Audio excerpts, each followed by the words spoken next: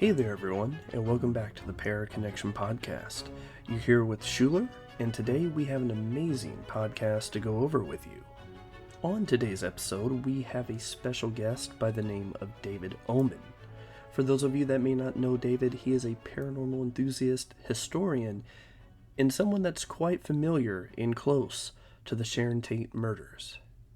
So while speaking with David, the team and I were able to discuss with him quite a few different things, such as going back in time to learn about the history and hauntings of Cielo Drive. Now, while talking with David, we covered much more than just the hauntings and history. David shares with us many events that takes place before and after Sharon Tate's murder. These events prove to be quite important, of course, because of their relation with Charles Manson and his cult, better known as the Family. What really struck a chord with us was the connection and experiences that David had with the Manson family. Such a connection that dug so deep that it led David on a path to create and publish his own book based upon these events. This episode was so amazing with all the rich history and supernatural experiences that David shared with us. I mean, we spoke with David well over 3 hours about his stories from Cielo Drive. And with that being said, what we've decided to do actually is break this episode down into a 3-part mini-series, marking this episode as our first official mini-series. So without further ado, let's get this podcast rolling and visit the history of Cielo Drive. Andy has been telling us a lot about your recent book that you brought out. Oh, well, thank you very much. How do you, what are your thoughts on it so far? Well, like I said, I absolutely loved it. Loved the detail. I found it very, very interesting. I love how a lot of the stuff about the murders and your life kind of intertwined. Yeah. And yeah, that was very, very interesting to me because, I mean, there was a lot going on there that was very, very strange, but also interesting at the same time. Like the fact that they would go into your house at night and like rearrange things, which I thought was a very strange initiation type of thing. And I also found it interesting that you and your mother used to actually give rides to a lot of the Manson family. Yeah, it was strange. I mean, and it wasn't like they were the only hitchhikers that she would give rides to. I mean, it was like, when I wasn't always with her in the car, but on those occasions that I remember, it was burned in my memory specifically that those girls, amongst all the other people that she had, the hitchhikers, and again, there were always girls that she would give that were hitchhiking up to go up Bellagio Road from down on Bel Air, that I just remember those few incidents and those girls. It was like I'd look in their eyes and I was going, and again, to this very day, it's hard to describe that kind of look in their eyes.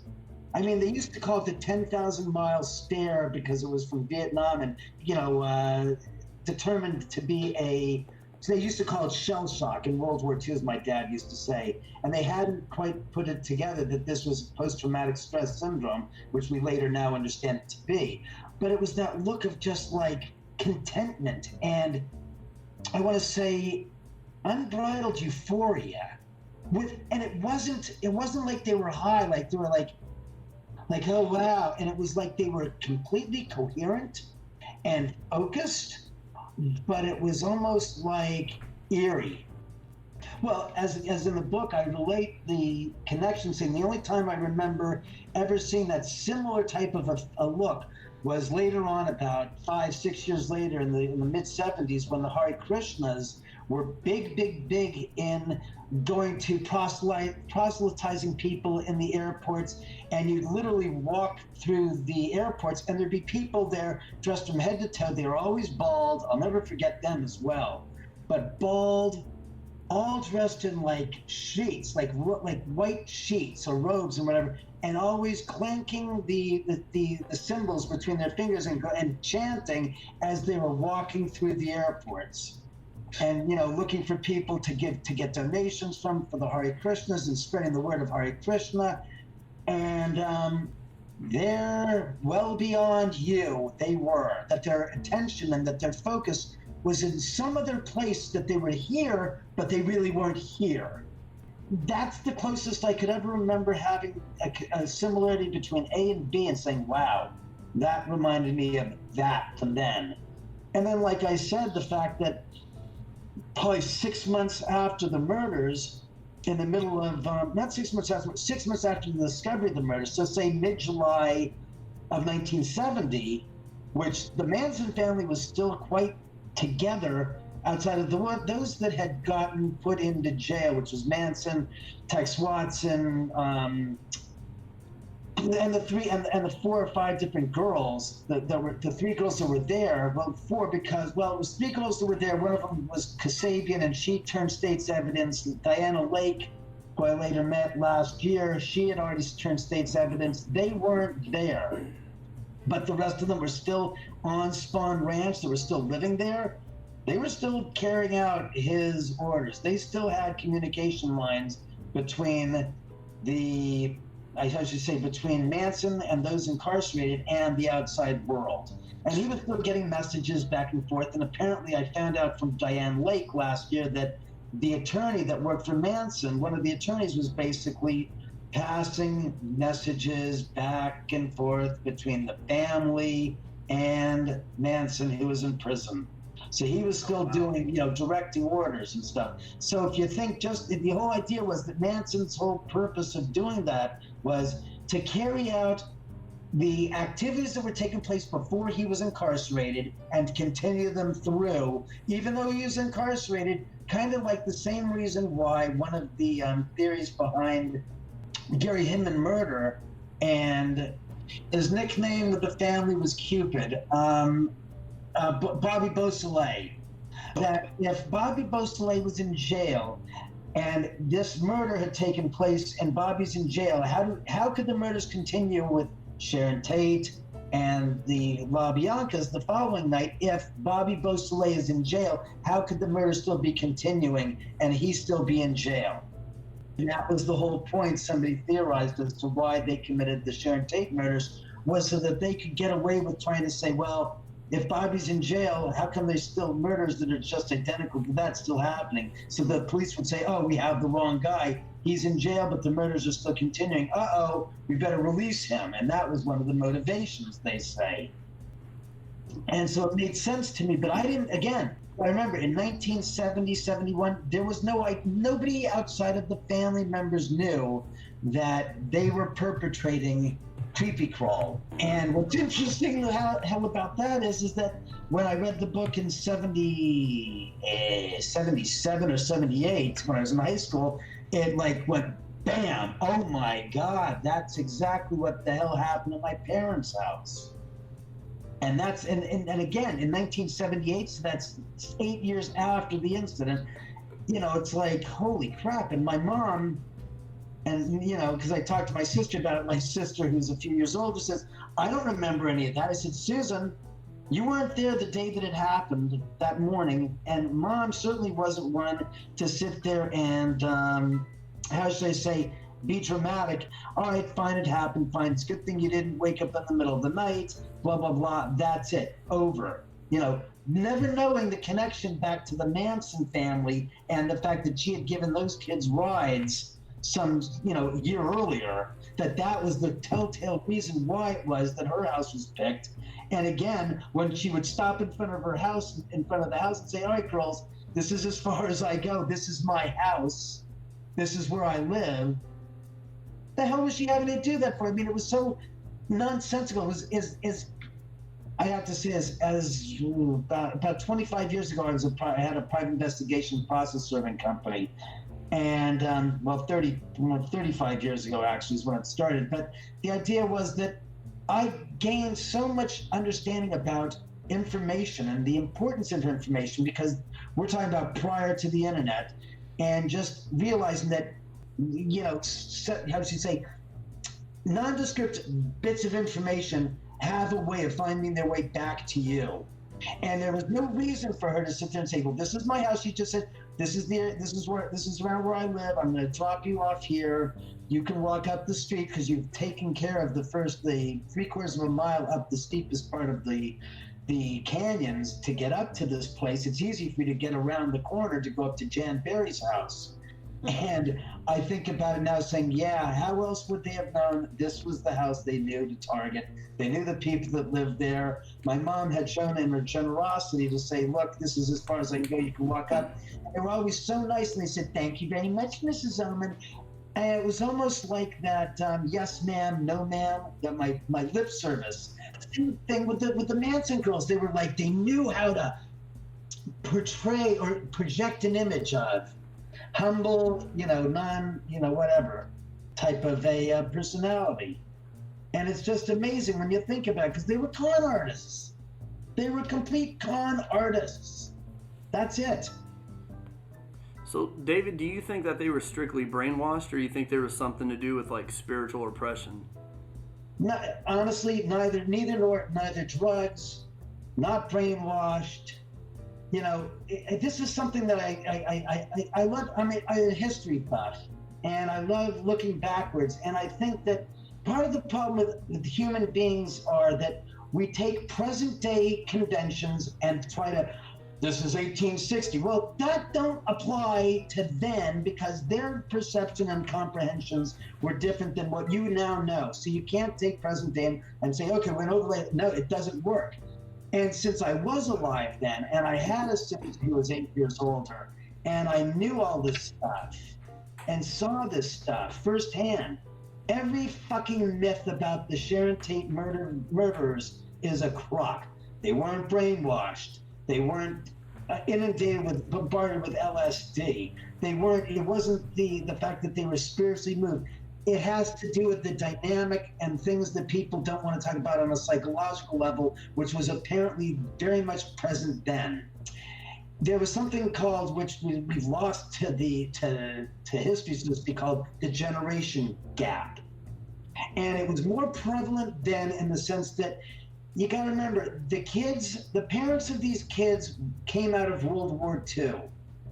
They were kids in World War II, so they went through the struggles and the strife of that. So their perception was very, very rigid and very much in this type of a rigid, segmented type of an understanding of life, of right and wrong. And it was very, very, as used to do this, square, very, very much.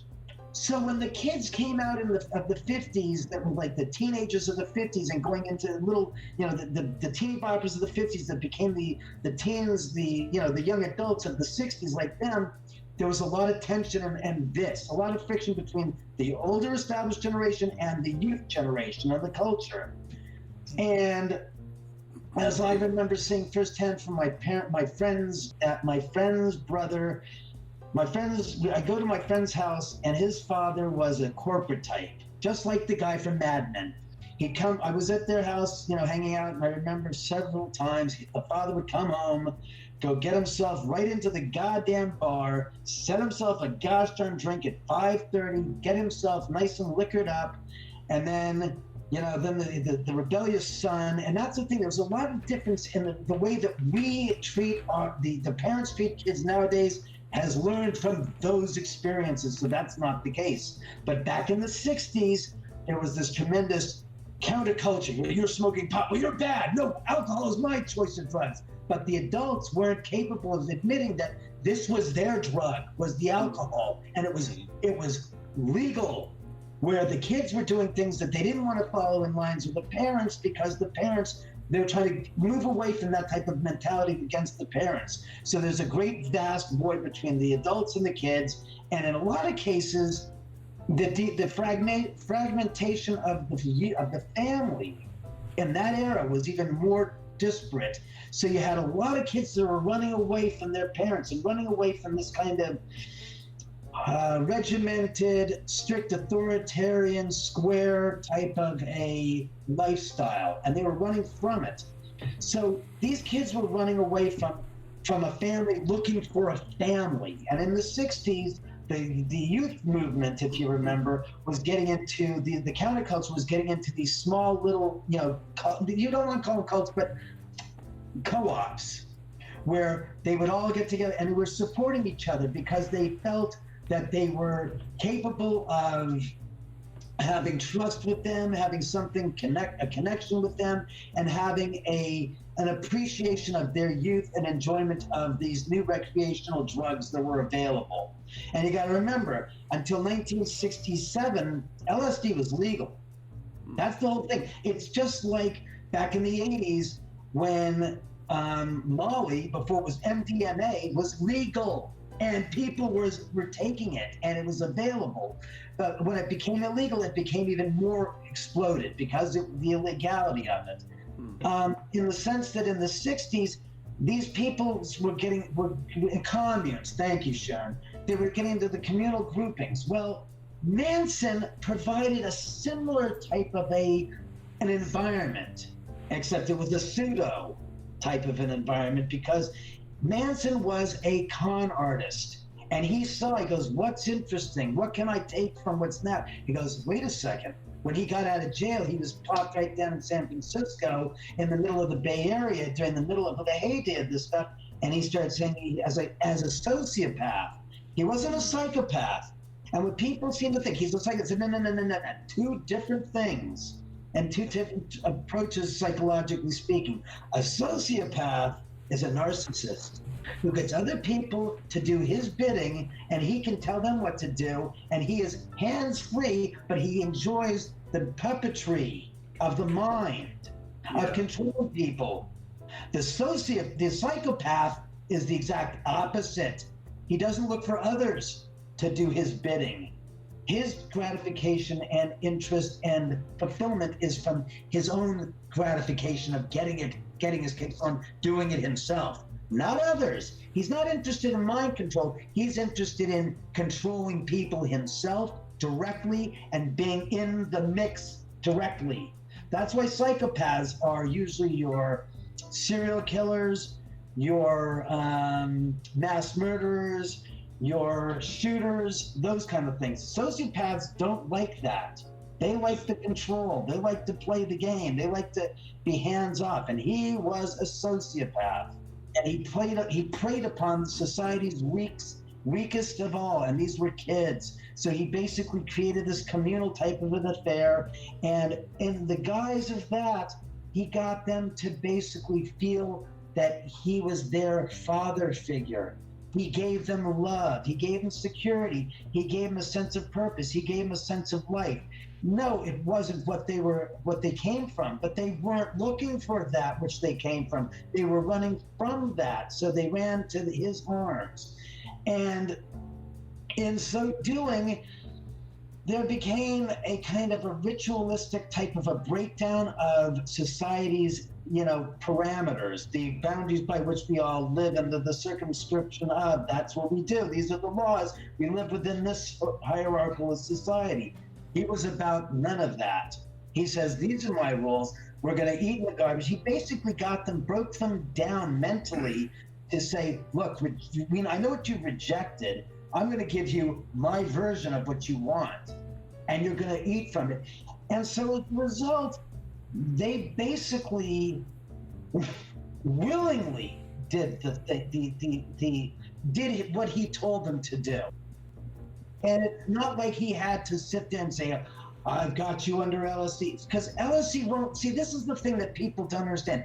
Acid and LSD, which is the same thing, won't make you abandon your ability to discern from right from wrong, good from bad, love from hate. That is not what LSD does. What it does is it goes into your mind and it opens up your perception of things that you've experienced in your past, and it delves through your memories and it starts to process them through, and you look at them and you start to go, reflectively speaking, saying, wow, I was a real shithead with you 10 years ago. I got to make amends. I've got to clear this off of my chest. I have to cathartically go through all these things, and that's the process.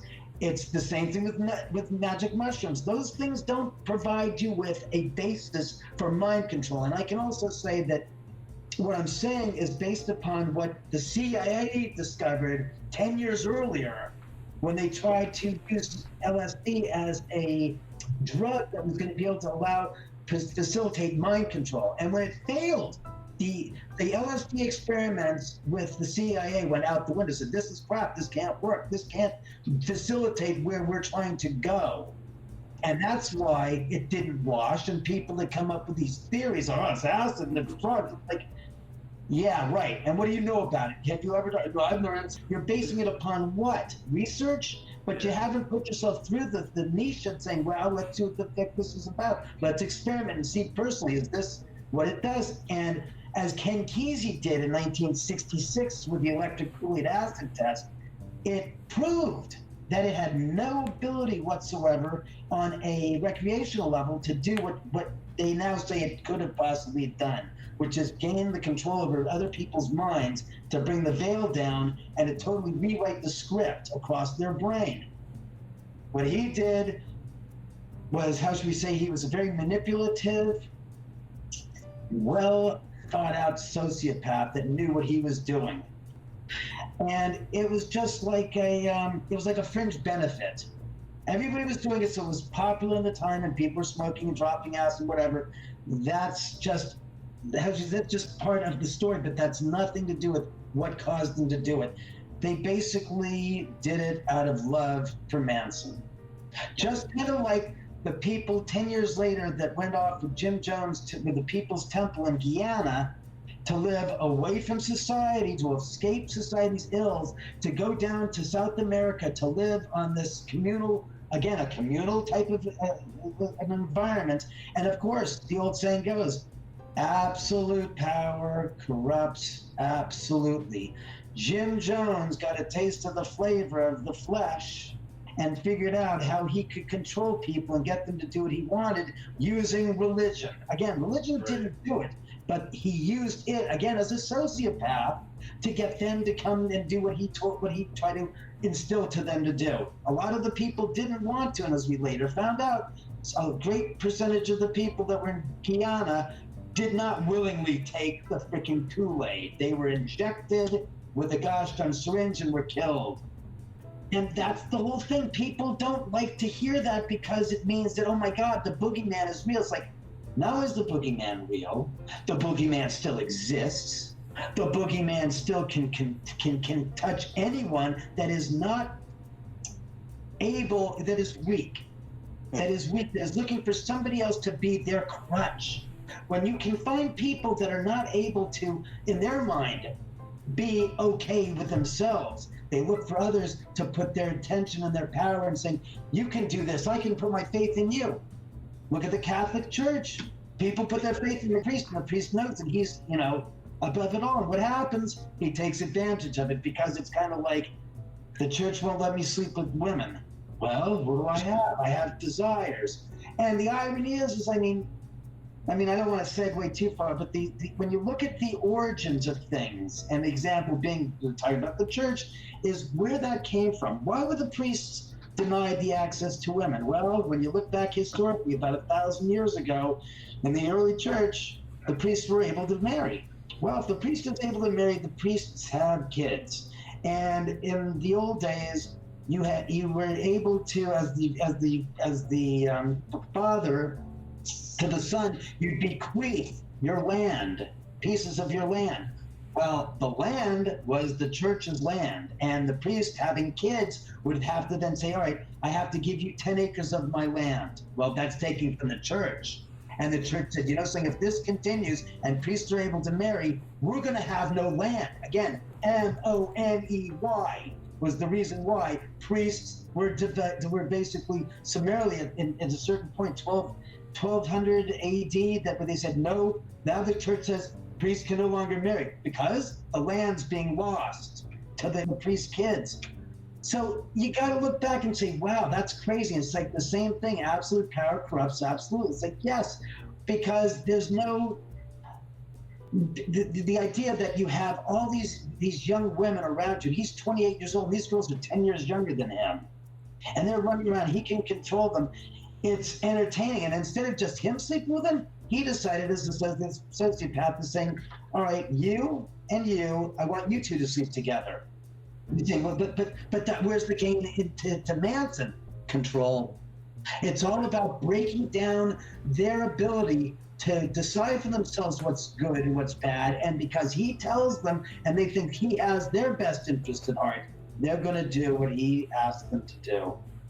So it's not like this. It's a process by which you start out incrementally going dun, dun, dun, dun, dun, dun, dun, dun, dun, so that you go from this place to here to the top, and you go, wow, that's amazing. It's like, yeah, it's basically the erosion of the individual, slowly whittling them down and making them start to disarm and to lose the senses of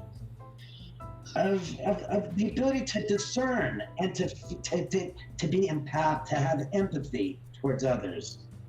And as you start to break that down, you can then start to rewire and give them directions so that they will do on behalf of you, because they feel like you are them, you're there, you're going to protect them. And that's really what the story behind the Manson, the clan was concerned. You know, you got to remember that the few of them that, you know, as they got older, their story didn't change for about 10 years. So when you look at the interviews with Lynette Squeaky Farm or Susan Atkins, who in 1974, 5 years after the murders, later said, you know, we were supposed to go kill everybody in the other houses on the block where Sharon Tate's house was. Manson's original orders were to kill everybody at the end of the street, the house next door to my house. And by the way, if you guys want, I can go upstairs and grab some of the old black and white photographs that I have from the LA Times photo archives to show you just what I'm talking about. It would have been a horrendous bloodbath had they not, as she said, been exhausted from the commission of the crime at the end of the street. Because there would have been another house, 2 through 3 other houses that would have also been having the same kind of murderous rampage go through that. The people that are writing these god-awful books, outside of the Helter Skelter book, are coming up with their theories because the cottage industry has blown its top. The stack has been blown off of it. Because you got to remember, before Manson died, there were a few books. I think there was a few books and documentaries about the murders, but very few that were really laden with thick facts. One video, or there's a documentary out there called Manson, and it's sick. And I mean sick in the sense that he was there, he put up the camera in Spawn Ranch in the, I forgot the name of the room that they used, but it was a room that was to them very important, and they had the table, and the Lynette Squeaky Farm was interviewed, and they were so spot on honest about the commission of the murders, about Manson's preachings about Armageddon and the end of times and this and that and the upcoming race war and stuff, and they're going to all have to vacate to the desert, and they're literally putting their rifles on the table or next to the table and saying, yeah, if I have to kill somebody, I don't care, it's either me or them. And I'm like going, and it's chilling, because you're not watching an actor report and retell what the script is. These are the real individuals that were there, and it's not central casting. These are the people speaking the words present day. And when I say to people, if you want to talk to the freaking people at the parole board about these people coming up for parole, all you have to do is show them video footage from them and say, this is the people, this is their mindset. I don't care in 50 years that they've changed their mind and now they've become repentant, blah, blah, blah, blah, blah. The fact of the matter was they were all sentenced to die in the gas chamber in California, in San Quentin jail, and civil brand. It was all going to be San Quentin because that's the only place they had the death chamber in California's Correctional Institute. That was the place where the death chambers were. And by an act of the California legislature in 1971, when they reprieved the death penalty, all those on death row had their life sentences returned back to the regular time in jail and gave them the opportunity for parole. And I said, wait a second, these people had admitted the commission of the crime. They admitted their guilt. Why would you allow a blanket statement saying all these people are going to say, no, it should have been on a case-by-case state study or review? And on those, the cases that had this type of preponderance of evidence and admission of guilt should have been, they will not ever have an opportunity for seeking parole. They are now commuted to life sentences with never the possibility of parole. And that's where it should have happened then, but they didn't. So every 4 or 6 years, one by one, they keep coming back into the public foray and they're up for parole. And I don't care how much they've changed. What they did, what they said then counts more than what they think now. I don't care. Their commission of that crime and the heinousness is without a doubt the most callous act of cowardice and of lack of empathy or concern. I'm sorry, but some people don't deserve ever to put themselves back out there. It wasn't an act of passion, which I could say, fine, that's not, you're not predisposed to kill anyone else. That was that person who you're in the mix of. But in this case, no, I'm sorry. You can't. It wasn't one person. It wasn't 2 people. It wasn't 7 people that we know of. There are the countless others that we didn't find out about. And one of them being Shorty Shea, who was the caretaker at Spawn Ranch, whose body was found, I want to say like 15 years ago now, where his remains were found in pieces up in the Santa Susana Pass, not too far from Spawn Ranch. He was the one that was there when the police came to Spawn Ranch to raid the ranch. He gave them the 411 on where things were on the premises. And Charlie famously said, he goes, we know you talked, Shorty. We don't like squealers. You're gonna, and basically a couple months later he disappeared, just vanished, never found. And that's the thing about Manson. There are countless murders that are unsolved to this day, 55 years later, that are completely connected to him, and missing persons reports of kids that went and disappeared in that era around here that they never could figure and solve those crimes, coming back to Manson. A lot more than we know of. The way you present it is like, yes, I used eye of newt and I buried it in the concrete, so I've got that going for me too. No, yes and no. I mean, but there's nothing unique about steel in construction nowadays in the hills. Honestly, the house next door to me, going that direction, that's brand new, has got steel in it up the wazoo. And the idea is that, yes, I have a little, out of the traditional framing of a house, which was usually wood, there's the structural engineer who my father employed when he designed the house, because of the earthquake conditions, wanted to make sure that it had a little bit more rigidity than just wood framing. So he had him install 3 steel columns connected to 2 steel I-beams that run across the floor of the 3rd floor support, and then the same repeated 3 steel columns and 2 large steel I-beams to support the 2nd floor. And again, this was never done with the intention of, building the house like in 13 Ghosts. This wasn't built to create a super dynamic environment where the magnetic fields would be bouncing around the whole entire entrance and the framing of the interior of the house. He did it because he says that will make the house a much more substantial, to withstand much more substantial earthquakes and tremors. And what's funny is, when we have the earthquakes in LA that people talk about, I have yet to feel any of them. The only time I ever felt my house shake was when the gosh darn, what was it, when the space shuttle came down and pierced through the clouds, and they had that sonic boom when it came into the desert a couple of years, it was like 15 years ago or whatever, the house shook like violently, like this, what the is that? The sonic wave, the sonic boom was so pronounced. But during the earthquakes that we've had, the few that have been around, my friends were going, did you feel? I said, feel what? I didn't feel anything.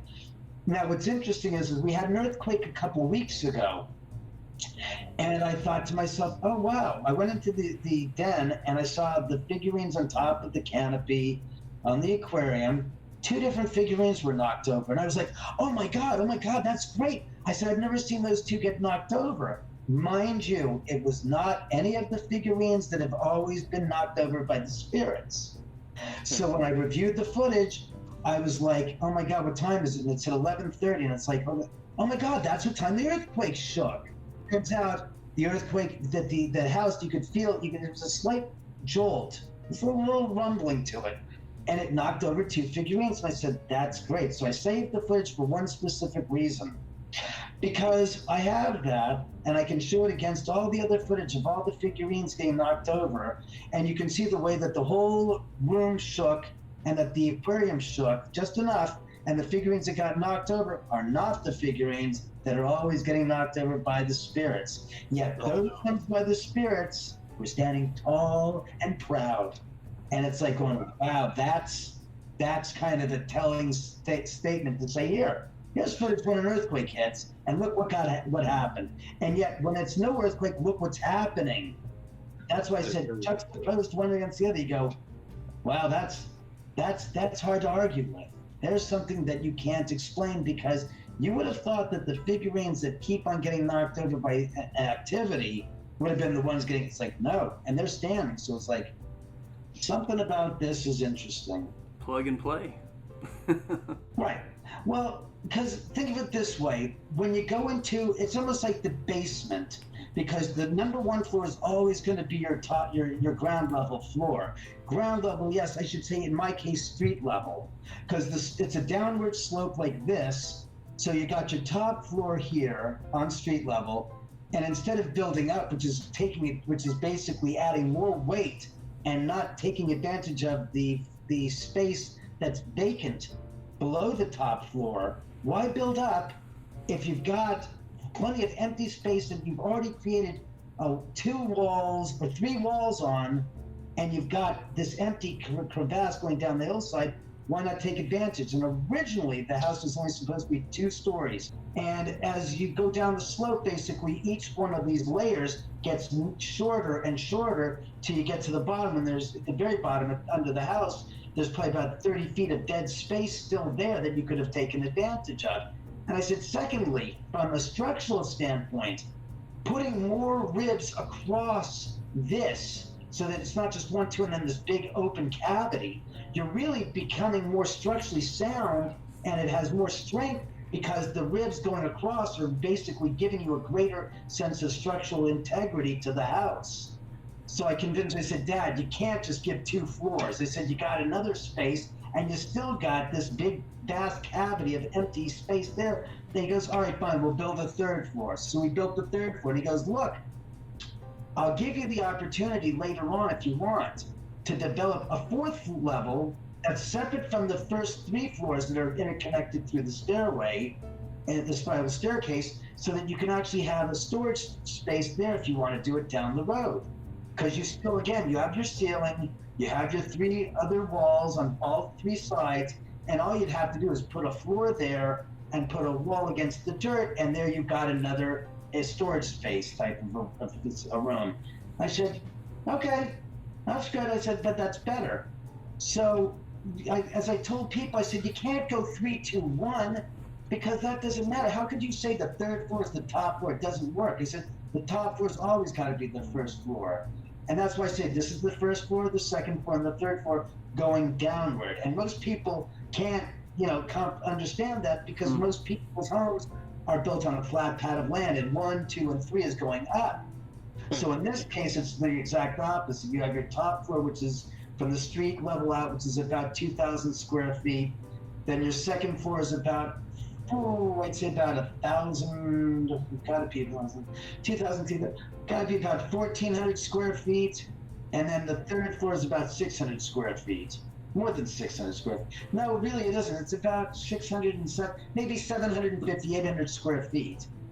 And that's the whole point, the reason why people don't quite comprehend. It's like, because your first floor, your second floor, and down to your third floor is how it would work.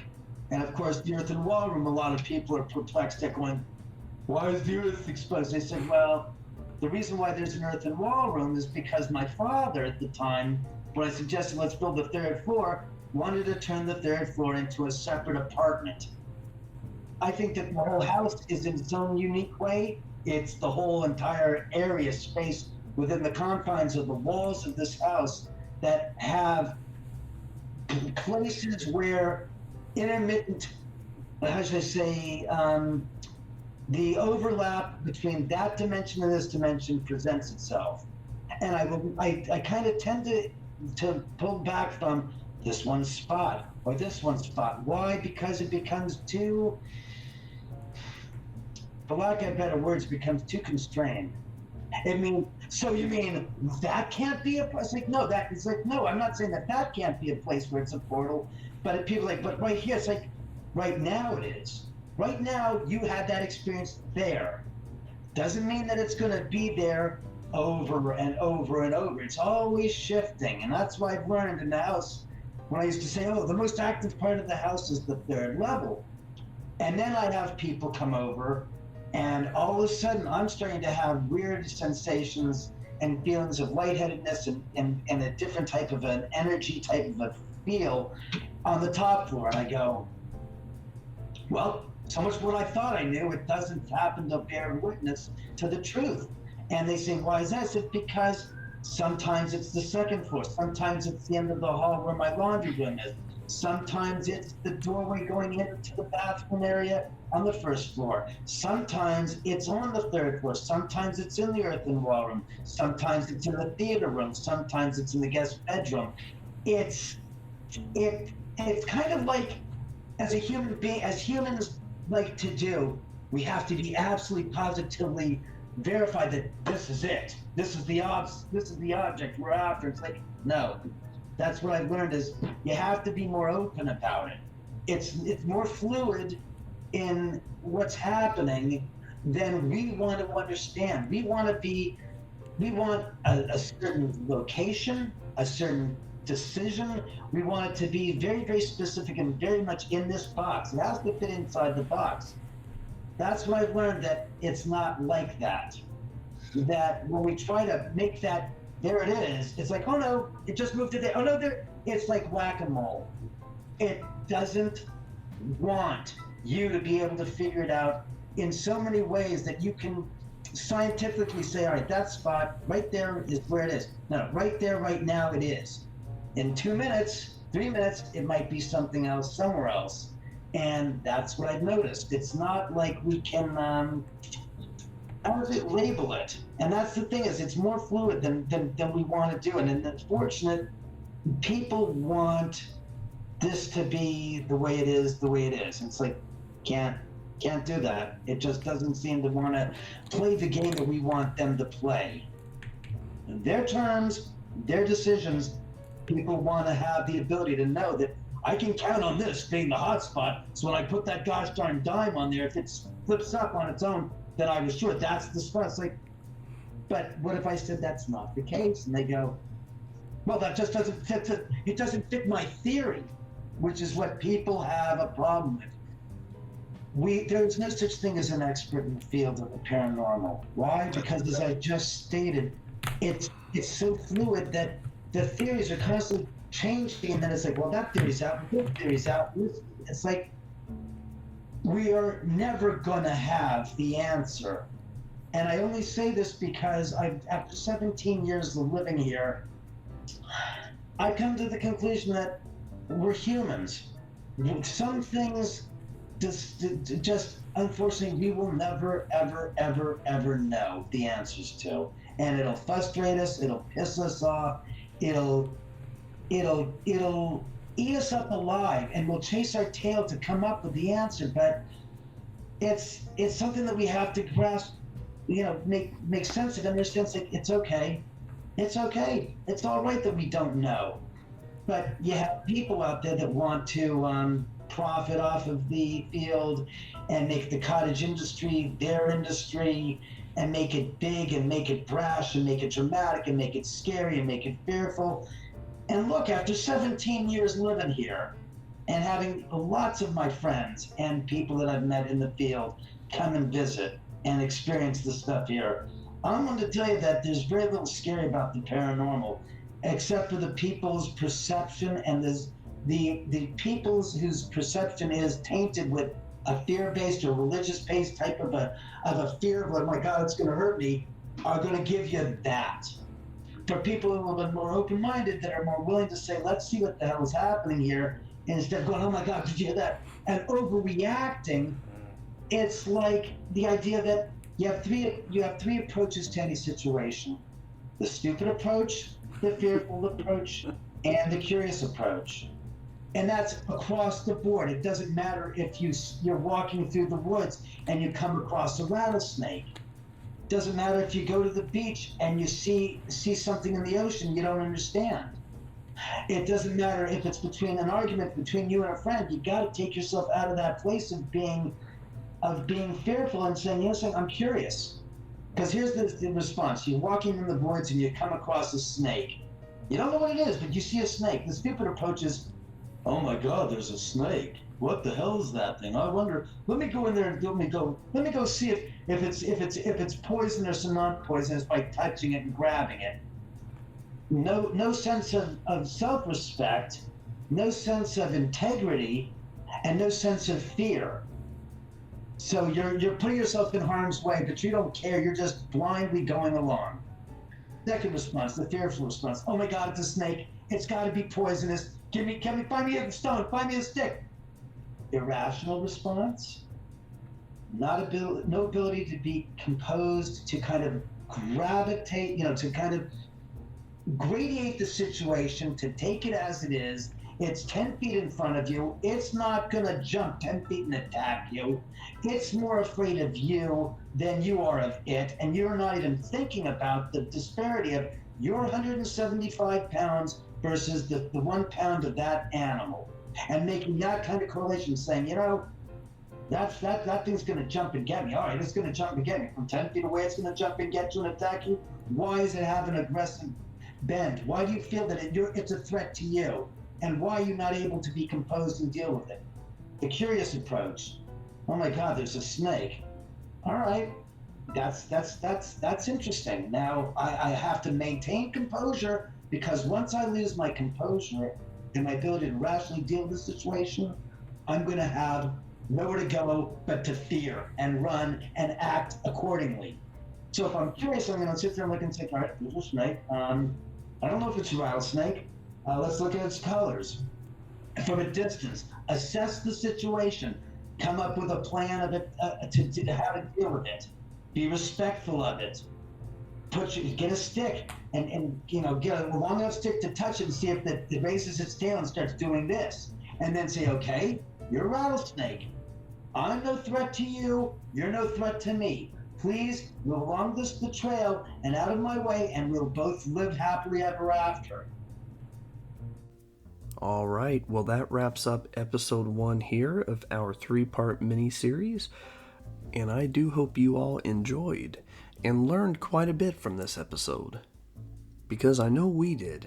We have truly learned much more about Sharon Tate and Charles Manson than we had ever known before, and we will learn even more on the next episode about Cielo Drive and its supernatural nature. Well, once again, we hope you have enjoyed this episode, and of course, if you wish to follow or contact us, simply type in PIOT Paranormal in Google, and you'll be able to find all of the outlets that we are connected to. As always, we would like to thank you all for tuning in, and until next time, stay frosty.